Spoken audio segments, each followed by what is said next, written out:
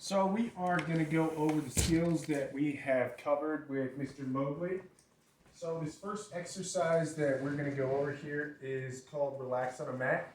And what we want from the big guy here is to initially just come on over to the mat and then give us a nice relaxed body posture. So what we're looking for, excellent. It's for him to plop down into a down there, hang out and relax, and awesome. And he's just eating some treats there, but we are looking for him to dip his chin down, rest his chin. That is as relaxed as he can get. You'll notice his hip is cocked out to the side, indicating that he's really relaxed. So this is our emotional intelligence and self-soothing exercise. So what we want is for him to be able to be in a stressful or overly excited state and be able to bring himself back down. So this is why that will give him an emotional intelligence in a nutshell. It's because when he can put himself into a really relaxed body position and body posturing, that'll send a signal to his brain that everything's a-okay and that we can relax. The mat is the trigger or cue that we are going over this exercise. This is what we're doing, so you can use any towel or any mat. And he just gets an occasional treat when he's hanging out and relaxing, and let him know that he's doing a good job. And this will put him in a nice, relaxed state. So when something comes down the pike in the future that he hasn't been introduced to, it could be a garbage truck, bicycles are two things that I've seen.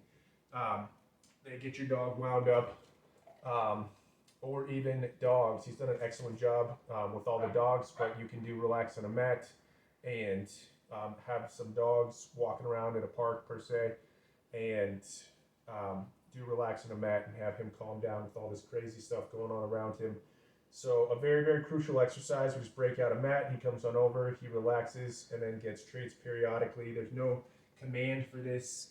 That's actually what makes it really impactful for him, is that we haven't coached him through this, telling him exactly what we want from him. He has to work through this 100% on his own accord, realize, oh, I can put my body in this nice relaxed positioning. No one has told me what to do. Oh, I can do this all on my own and calm myself down and relax myself. So it's actually what makes it a really impactful exercise. So can't say enough good things about this. Definitely keep this one as a sharp tool in your toolbox by doing this, daily or every few days at least, to keep that skill sharp so they know that he can calm himself down and relax himself. Next, we're going to go over his name game exercises. So I'm going to say Mogley. As soon as he makes eye contact, that's perfect. I'm going to give him a treat by luring him up, by dragging a treat up towards my face. Then I'm going to do it with no drag. Mogley. Very good. Now I'm going to take a treat, toss it on the ground over here. Oh, you missed it, buddy. Here you go. That rolled away. That rolled away. Here you go, bud. Mogley. Oh, so he's got to turn away from that treat. That treat's nice and interesting. You don't want the treat? That's okay. You rolled too far away. Mogley, come. So next, I love to parlay that into some excellent recall. So a really strong name response will cultivate excellent recall. Mogley, sit. Good job, bud. Mogley, down. Oh. Mogley, stay.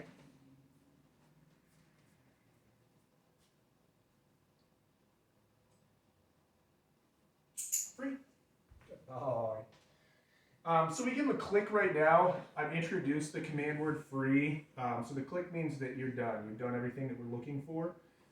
We've also been doing some sits and stays before going through doorways, which can be very impactful for helping our dogs to work on impulse control, realizing they need to stop, wait, before they're able to continue on their mission. And it's basically like them saying, please, is this okay? And they look to you for guidance and then can go on about their business.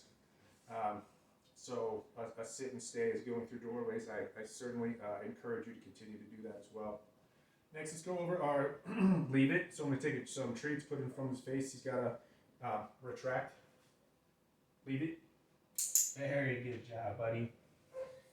So you can utilize treats. You can also utilize some physical items. I encourage you to work with as many different items as you can, and that'll help him make a more universal response that whatever it is that he's going after, he needs to leave. Leave it.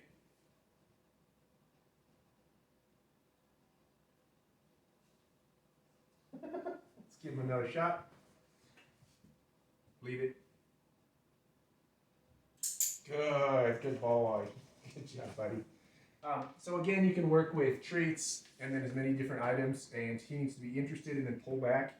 I've used a leave it and a drop it interchangeably.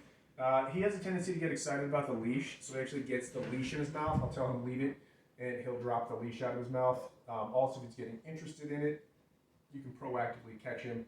Tell him leave it as he's getting interested in something. So basically, leave it is, if you're interested in something, leave it. If you've got something in your mouth, leave it as well. So again, using as many different items will help to make a more universal response for him, so that regardless of whatever he sees, he will leave it. Mogley, touch.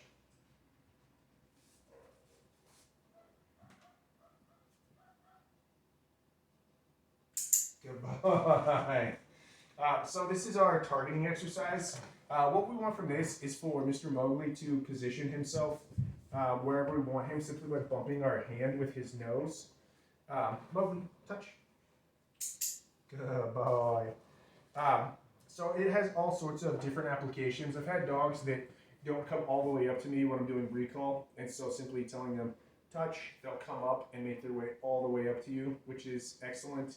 While doing loose leash walking, I've used touch to get a dog to position themselves exactly where they need to be when we're walking, and as an attention getting mechanism and getting your dog positioned when you're out in public. If your dog's just having a hard time focusing, then you simply say touch, boom, your pup will come up and position here and also focus in. So it's a great attention getting and positioning you exactly where you need to be.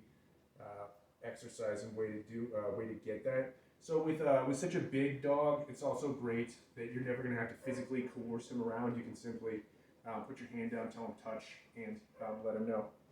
Mogley, touch. That this is where you want him to go. So another